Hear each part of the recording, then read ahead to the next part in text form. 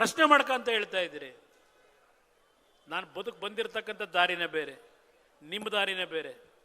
ನನ್ನ ತಾಯಂದ್ರಿಗೆ ಹೇಳ್ತೀನಿ, ನನಗೇನು ನೀವು ರಾಜಕೀಯವಾಗಿ ಜನ್ಮ ಕೊಟ್ಟಿದ್ದೀರಿ, ನನ್ನ ಬಿಡದಿ ಭಾಗದ ನನ್ನ ಜನತೆ. ಯಾವುದೇ ಕಾರಣಕ್ಕೂ ನಿಮ್ಮ ಹೋರಾಟಕ್ಕೆ ಸೋಲಾಗಲಿಕ್ಕೆ ನಾನು ಅವಕಾಶ ಕೊಡೋದಿಲ್ಲ. ನಾನು ಬದುಕಿರೋವರೆಗೆ ನಿಮ್ಮ ಜೊತೆಲಿದ್ದೇನೆ. ನಾನು ಬರೀ ಬಿಡದಿ ಭಾಗದ ರೈತರಿಗಷ್ಟೇ ಹೇಳಲ್ಲ. ಇವತ್ತು ನಮ್ಮ ರವಿ ಕೂತಿದ್ದಾರೆ ಇಲ್ಲಿ, ಶಿಡ್ಲಘಟ್ಟದ ನಮ್ಮ ಶಾಸಕ ಮಿತ್ರರು, ಅಲ್ಲೆಲ್ಲ ಜಂಗಮ್ ಕೋಟೆನಲ್ಲಿ ನಾನು ರೈತರನ್ನ ಕರೆದು ಮಾತಾಡಿದೆ. ನಾನು ಈವನ್ ಚನ್ನರಾಯಪಟ್ಟಣಕ್ಕೆ 3 ಬಾರಿ ಹೋಗಿದ್ದೀನಿ. ಅಲ್ಲಿ ನಮ್ಮ ರೈತರು ಭೂಮಿ ಕೊಡಲ್ಲ ಅಂತ ಹೇಳಿದಾಗ ನಮ್ಮ ಸ್ಟ್ಯಾಂಡಲ್ಲಿ ಯಾವುದು ಬದಲಾವಣೆ ಇಲ್ಲ. ನಾವು ಮಾಡ್ತಕ್ಕಂಥದ್ದು ತೀರ್ಮಾನ ಮಾಡಿದ್ರೆ ಈ ರಾಜ್ಯಕ್ಕೆ ಒಳಿತಾಗ್ತಕ್ಕಂಥದ್ದಕ್ಕೆ ತೀರ್ಮಾನ ಮಾಡ್ತೀವಿ. ಯಾತಕ್ಕೆ ಕುಮಾರಸ್ವಾಮಿ ಲಾಟ್ರಿ ನಿಷೇಧ ಮಾಡ್ದ? ಈ ರಾಜ್ಯದಲ್ಲಿ ಲಾಟ್ರಿ ನಿಷೇಧ ಮಾಡಿದಾಗ ಆ ಲಾಟ್ರಿ ನಡೆಸ್ತಕ್ಕಂಥ ತಮಿಳುನಾಡಿನ ಮಾಲೀಕ ಬಂದು ಸೂಟ್ ಕೇಸ್ ಇಟ್ಕೊಂಡು ಬಂದಿದ್ದಲ್ಲ, ಶಿವಕುಮಾರ್ ಕಾಯ್ತಿಯಲ್ಲಪ್ಪ ರಾತ್ರಿ 12 ಗಂಟೆ 1 ಗಂಟೆಯಲ್ಲಿ ಬಾಗಿಲು ತಗೊಂಡು ವ್ಯವಹಾರ ಮಾಡೋದಕ್ಕೆ. ಆ ಲಾಟ್ರಿಯನ್ನ ಈ ರಾಜ್ಯದಲ್ಲಿ ನಿಷೇಧ ಮಾಡಿದಾಗ ಎಷ್ಟು ಆಫರ್ ಕೊಟ್ಟ ನನಗವನು, ನನ್ನನ್ನು ಕೊಂಡ್ಕೊಳ್ಳಿಕ್ಕಾಯ್ತಾ? ನೀವು ಬೆಳೆಸಿರ್ತಕ್ಕಂಥ ನಿಮ್ಮ ಮಗ ರಾಜಕೀಯವಾಗಿ ಏನು ಬೆಳೆಸಿದ್ದೀರಿ, ನನ್ನನ್ನು ಯಾರು ಕೊಂಡ್ಕೊಳ್ಳಿಕ್ಕಾಗೋದಿಲ್ಲ. ರಾಜಕೀಯಕ್ಕೆ ದುಡ್ಡು ಬೇಕು, ಅಪಮಾರ್ಗಕ್ಕೆ ಹೋಗಿ ದುಡ್ಡು ಮಾಡೋ ಅವಶ್ಯಕತೆ ಇಲ್ಲ. ಚುನಾವಣೆ ಬಂದಾಗ ರಿಕ್ವೆಸ್ಟ್ ಮಾಡ್ತೀವಿ, ಯಾರೋ 4 ಜನ ಪುಣ್ಯಾತ್ಮರು ಕೊಡ್ತಾರೆ, ಆ ದುಡ್ಡಿನಲ್ಲಿ ನಾವು ಚುನಾವಣೆ ನಡೆಸ್ತೀವಿ. ಇವ್ರ ಥರ ಅಕ್ರಮವಾಗಿ ಇವತ್ತೇನು ಬಿಡದಿಯ ಆ ಭೂಮಿ ಇದೆಯಲ್ಲ, ಅಲ್ಲಪ್ಪ ಎಂಥದ್ದು ಕಮಿಟಿ ಮಾಡಿದೆಯಲ್ಲಪ್ಪ, ಈಗ ಯಾವುದೋ ರಿಟೈರ್ಡ್ ಜಡ್ಜ್ದು ದೇವೇಗೌಡರು ಹೇಳ್ತಾ ಇದ್ರು. ಗೋಪಾಲಗೌಡರು ಬಂದರು, ಬೆಳಗಿನ ಸಾಯಂಕಾಲದವರೆಗೂ ಕೂತಿದ್ರಲ್ಲಿ, ಜನತಾ ನ್ಯಾಯಾಲಯ ಅಂತ ಹೇಳಿ ನಿಮ್ಮನ್ನು ಕೂರಿಸ್ಕೊಂಡು ನಡೆಸಿದ್ರು. ಸಂತೋಷ್ ಹೆಗಡೆ ಬಂದರು, ಏನಪ್ಪ ರಿಪೋರ್ಟ್ ಕೊಟ್ಟರು ಅವರು? ದೇವೇಗೌಡರು ಹೇಳ್ತಾ ಇದ್ರು. ಈಗ ಇನ್ನೊಂದು ಸಮಿತಿ ಮಾಡ್ತೀಯಲ್ಲಪ್ಪ, ಏನು ರಿಪೋರ್ಟ್ ತಗೋಬೇಕು ಅಂತ ಮಾಡಿದ್ವಿ? ಆ ಸಮಿತಿಯ ಚೇರ್ಮನ್ ಏನು ಮಾಡಿದಿರಿ? ಅವರು ಈ ರಾಜ್ಯದ ನ್ಯಾಯಾಲಯದಲ್ಲಿ ಕೂತು ಒಂದು ತೀರ್ಪು ಕೊಡ್ತಾರೆ. ಯಾವ ಸಿದ್ದರಾಮಯ್ಯನವರು ಮುಖ್ಯಮಂತ್ರಿಗಳು, ಇವರು ಮಂತ್ರಿ, ಜಿಲ್ಲಾ ಮಂತ್ರಿ. ಆ ಈಗಲ್ ಟೌನ್ನ 70 ಎಕರೆ ಸರ್ಕಾರಿ ಭೂಮಿ, ಖರಾಬ್ ಭೂಮಿ, ಏನು ರೇಟ್ ಫಿಕ್ಸ್ ಮಾಡೋರೆ ಸರ್ಕಾರದ ವತಿಯಿಂದ? 10 ವರ್ಷದಿಂದ 12 ಕೋಟಿ ಎಕರೆಗೆ ಫಿಕ್ಸ್ ಮಾಡಿರೋದು. ಈಗ ಹೇಳ್ತಾರೆ ನಮ್ಮ ಮುಖ್ಯಮಂತ್ರಿಗಳು, ನನ್ನ ನಾಡಿನ ಜನತೆಗೆ ಹಿಂದೆ 25 ಲಕ್ಷ ಇತ್ತು, ಈಗ ನಾನು 3 ಕೋಟಿ ಕೊಡ್ಲಿಕ್ಕೆ ತಯಾರಾಗಿದ್ದೇನೆ. ಏನು ನಿಮ್ಮ ಅಪ್ಪನ ಮನೆ ದುಡ್ಡ 3 ಕೋಟಿ?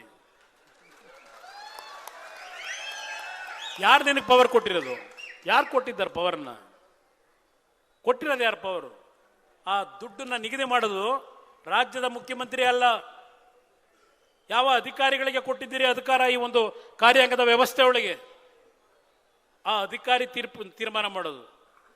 ಆ ಅಧಿಕಾರಿಗಳನ್ನ ಇಟ್ಕೊಂಡೆ ಆ 70 ಎಕರೆ ಖರಾಬ್ ಭೂಮಿಗೆ ನೀವು ಎಕರೆಗೆ 12 ಕೋಟಿ ಫಿಕ್ಸ್ ಮಾಡಿದ್ರೆ, ಬಿಡದೆ ನಿಮ್ಮ ರೈತರು, ನಮ್ಮ ರೈತ ಬಂಧುಗಳು ಇಲ್ಲಿ ಕೂತಿದ್ರಿ, ನನ್ನ ತಾಯಂದ್ರು ಬೆವರು ಸುರಿಸಿ ಆ ಒಂದು ಭೂಮಿಯಲ್ಲಿ ಬದುಕಿದ್ದೀರಲ್ಲ. ನಿಮ್ಮ ಪಿತ್ರಾರ್ಜ ಜಾಸ್ತಿ, ನಿಮ್ಮ ತಂದೆ ತಾತಂದ್ರದು.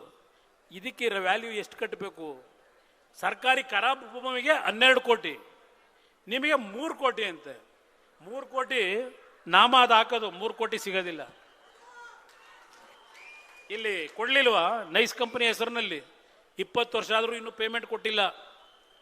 ನ್ಯಾಯಾಧೀಶರು ಹೇಳ್ತಾವ್ರೆ, ಏನು ಮಾಡ್ತೀರಪ್ಪ ಅಂತ. 4,000 ಜನಕ್ಕೆ ಸೈಟ್ ಕೊಡ್ತೀವಿ ಅಂದರು.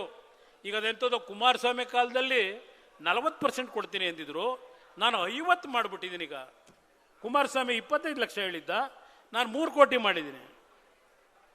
ಅವತ್ತು ನಾನು ಯಾವುದೇ ಭೂಮಿಯನ್ನ ವಶಪಡಿಸ್ಕೊಳ್ತಕ್ಕಂಥ ಸರ್ಕಾರಿ ನಿರ್ಧಾರ ಮಾಡಿಲ್ಲ. ಇವತ್ತು ನಿಮ್ಮ ಭೂಮಿಯನ್ನ ಇವತ್ತು ಅಧಿಸೂಚನೆ ಹೊರಡಿಸಿರ್ತಕ್ಕಂಥದ್ದು ಇದೇ ಶಿವಕುಮಾರ್ ನೇತೃತ್ವದಲ್ಲಿ. ಕುಮಾರಸ್ವಾಮಿ ಅವತ್ತು ನಿಮ್ಮ ಭೂಮಿಯನ್ನ ತೆಗೆದುಕೊಳ್ತಕ್ಕಂಥ ನಿರ್ಧಾರ ಮಾಡಿಲ್ಲ. ಅದು ಒಂದು ಪ್ರಪೋಸಲ್ ಇಟ್ಟಿದ್ರು, ಯಾವ ಟೌನ್ಶಿಪ್ಗಳು ಬೇಕು ಅಂತ ಹೇಳಿ 5 ಟೌನ್ಶಿಪ್ಗೆ ಕೊಟ್ಟರಲ್ಲ ನೈಸ್ ಕಂಪನಿ ಮಹಾನುಭಾವನಿಗೆ. ಎಲ್ಲಿ ಮಾಡಿದ್ದಾನೆ ಟೌನ್ಶಿಪ್ನ? ಆ ಹಿನ್ನೆಲೆಯಲ್ಲಿ ಕೆಲವು ಪ್ರಪೋಸಲ್ಗಳು ಪ್ರಾರಂಭ ಆಯಿತು.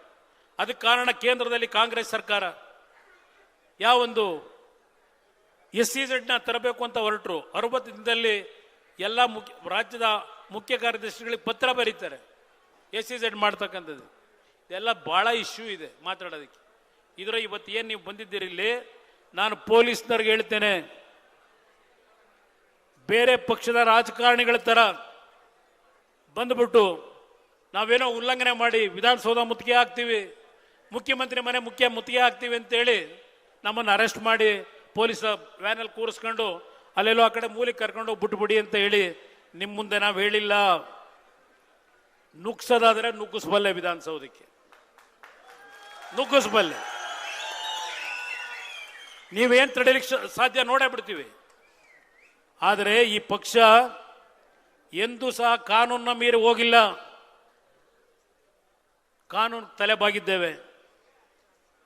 ಬರೀ ಇದೊಂದು ಇಶ್ಯೂ ಹೇಳಲ್ಲ, ಯಾವ ರೀತಿ ಕಾನೂನಿಗೆ ತಲೆಬಾಗಿ ನಡ್ಕೋತಾ ಇದ್ದೇವೆ. ನಮ್ಮ ಹೃದಯದಲ್ಲಿರ್ತಕ್ಕಂಥ ನೋವು, ನಮ್ಮ ತಂದೆ ಹೃದಯದಲ್ಲಿರ್ತಕ್ಕಂಥ ನೋವು, ಈ ಬಿಡದಿಯ ಪಾದಯಾತ್ರೆ ಶುರು ಆಗ್ತಿದ್ದಂಗೆ ಈ ವಿಷಯವನ್ನು ಡೈವರ್ಟ್ ಮಾಡಲಿಕ್ಕೆ ಏನೇನು ಮಾಡಿದ್ದೀರಿ ಶಿವಕುಮಾರ್? ನನಗೇನು ಗೊತ್ತಿಲ್ಲ ಅಂತ ತಿಳ್ಕೊಂಡಿದ್ದೀರಾ? ಅದೆಂಥದ್ದು ಅವರ ಪಿ ಎಗಳು ಇರ್ತಾರಲ್ಲ, ಒಂದು 500 ರೂಪಾಯಿ ಕೊಟ್ಬಿಟ್ರೆ ಏನು ಬೇಕಾದರೂ ಕೊಡ್ತಾರೆ ಅಂತ ಹೇಳೋದಿಲ್ಲಪ್ಪ ನೀನೆ. ನಿನ್ನ ಹಿಂದೆ ಮುಂದೆ ಇರೋರೆ ನಮ್ಗೆ ಹೇಳೋರು ಅವರೇ, ನೀವೇನೇನು ಮಾಡ್ತೀರಿ ಪ್ರತಿದಿನ ಅಂತ ಹೇಳಿ. ಆ ಅಭಿಮಾನ ಇಟ್ಟಿರೋ ಜನ ಇದ್ದಾರೆ, ದುಡ್ಡುಗಲ್ಲ ಅಭಿಮಾನ ಇಟ್ಟಿರ್ತಕ್ಕಂಥವ್ರು ಇದ್ದಾರೆ.